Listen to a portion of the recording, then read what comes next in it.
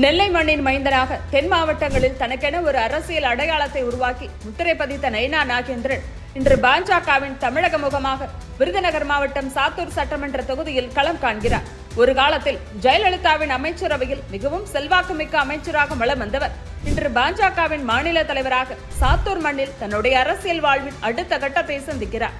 அதிமுகவில் இருந்து பாஜகவிற்கு வந்தாலும் தன்னுடைய ஆளுமையால் தென் மாவட்டங்களில் பாஜகவை வேரூன்ற செய்த பெருமை நயினாருக்கு உண்டு. 2001 சட்டமன்ற தேர்தலில் நெல்லை தொகுதியில் வெற்றி பெற்று ஜெயலலிதாவின் அமைச்சரவையில் போக்குவரத்து துறை தொழில்துறை அமைச்சராக பணியாற்றிய அவர் ஜெயலலிதாவின் மறைவிற்கு பிறகு ஏற்பட்ட அரசியல் சூழல் மாற்றங்கள் காரணமாக தேசிய கட்சியான பாஜகவில் தன்னை இணைத்துக் கொண்டார்.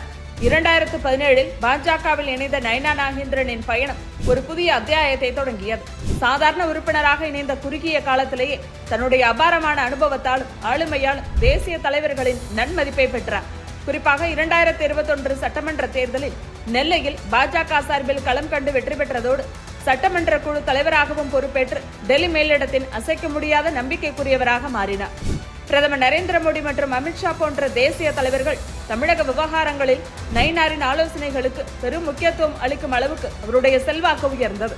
இந்த நம்பிக்கையின் உச்சமாக அண்ணாமலைக்கு பிறகு தமிழக பாஜகவின் மாநில தலைவர் பொறுப்பு நயினார் நாகேந்திரனுக்கு கிடைத்தது. பாஜகவின் தேசிய தலைமை தமிழகத்தில் ஒரு அனுபவமிக்க முகத்தை தேடிக்கொண்டிருந்த போது நயினா நாகேந்திரன் தன்னுடைய முதிர்ச்சியான அணுகுமுறையால் அமித்ஷா மற்றும் JP நட்டா போன்ற ஜாம்பவான்களின் நம்பிக்கையை தட்டி சென்றார்.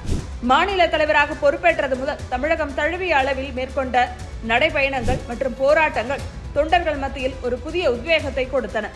அதிலும் அண்ணாமலை மாற்றப்பட்ட பிறகு தமிழக பாஜகவில் அவருடைய ஆதரவாளர்கள் மத்தியில் கடும் அதிருப்தி அலை எழுந்தது.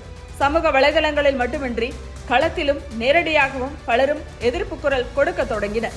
எனினும் அதுபோன்ற சிக்கல்களை எல்லாம் தன்னுடைய சாதுரியத்தாலும் நிர்வாக திறனாலும் பின்னுக்கு தள்ளி மூத்த நிர்வாகிகள் முதல் தொண்டர்கள் வரை அனைவரையும் அரவணைத்து கட்சியை கட்டுக்கோப்புடன் வழிநடத்துகிறார் நைனா. குறிப்பாக தென் மாவட்டங்களில் பாஜகவை கிராமமாக எடுத்து சென்றதில் இவருடைய பங்கு அளப்பரியது. வரும் சட்டமன்ற தேர்தலில் நைனா நாகேந்திரன் சாத்தூரில் களம் காண்பது ஒரு தொகுதிக்கு உண்டான வெற்றி தோல்வி தாண்டி அது தென் தமிழகத்தில் பாஜகவின் வளர்ச்சியை நிரூபிப்பதற்கான ஒரு போராட்டமாகவே பார்க்கப்படுகிறது.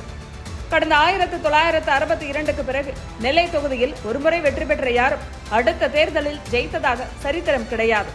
இது நைனா நாகேந்திரனுக்கும் அப்படியே பொறிந்து வரும் என்ற சென்டிமெண்ட் பேச்சு எழுந்ததன் காரணமாகவே இந்த முறை தொகுதி மாறி சாத்தூரில் அவர் களமிறங்கியிருப்பதாக நெல்லை பாஜக வட்டாரத்தில் ஒரு பேச்சும் அடிபட்டது. சாத்தூர் தொகுதியை பொறுத்தவரை அங்கு முக்குளத்தூர் சமூக வாக்குகளும் நாயக்கர் சமூக வாக்குகளும் வெற்றியாளரை தீர்மானிக்கும் முக்கிய காரணிகளாக உள்ளன. 2024 நாடாளுமன்ற தேர்தலில் நெல்லை தொகுதியில் போட்டியிட்டு நயினார் பெற்ற வெற்றி சாத்தூர் தொகுதிக்குள்ளும் எதிரொலிக்கும் என்று பாஜகவினர் நம்புகின்றனர். நயினாருக்கு முட்டுக்கட்டை போட சாத்தூரில் திமுக தலைமை களமிறக்கியிருக்கும் வேட்பாளர் கடற்கரை ராஜ். விருதுநகர் மாவட்டம் அரசியலில் கடற்கரை ராஜ் நீண்டகால அனுபவம் கொண்டவர். உள்ளூர் திமுக பிரமுகர்களின் தீவிர ஆதரவு பெற்றவராகவும் தொகுதியின் நாடி துடிப்பை அறிந்தவராகவும் அறியப்படுகிறார். கடந்த 2001 சட்டமன்ற தேர்தலில் கணிசமான வாக்குகளுடன் 2ஆம் இடம் பிடித்த இவர் இந்த தேர்தலில் வேட்பாளராக அறிவிக்கப்பட்ட மறுநாளில் இருந்தே தொகுதிக்குள் வீடு வீடாக பம்பரமாக சுழன்று பிரச்சாரம் செய்து வருகிறார். இத்தகைய பலமான வேட்பாளரை எதிர்ப்பதே நைனா நாகேந்திரன் முன்னால் இருக்கும் மிகப்பெரிய சவால். இது தவிர தன்னுடைய கோட்டையான நெல்லையை விட்டு வெளியே வந்து வேறு மாவட்டத்தில் நிற்பது எந்த அளவுக்கு கை கொடுக்கும் என்பது சந்தேகமே. சாத்தூரில் தங்கி இருந்து மக்கள் பணி செய்வாரா என்ற கேள்வி வாக்காளர்கள் மத்தியில் எழக்கூடும். இது தவிர கடந்த 2024 நாடாளுமன்ற தேர்தலின் போது இவர் மீது சுமத்தப்பட்ட சில பண சர்ச்சைகள் பிரச்சார களத்தில் திமுகவால் கூர்மையாக பயன்படுத்தப்படும். நெல்லையில் செய்த நலத்திட்டங்கள், பாஜக தலைமையுடனான நேரடி தொடர்பு, தமிழகம் தலைநிமிர தமிழனின் பயணம் என்ற பெயரில் தமிழகம் முழுவதும் சுற்றுப்பயணம் செய்து மக்களின் நாடி துடிப்பை அறிந்து கொண்டது போன்றவை நயினாருக்கு சாதகமாக உள்ளன.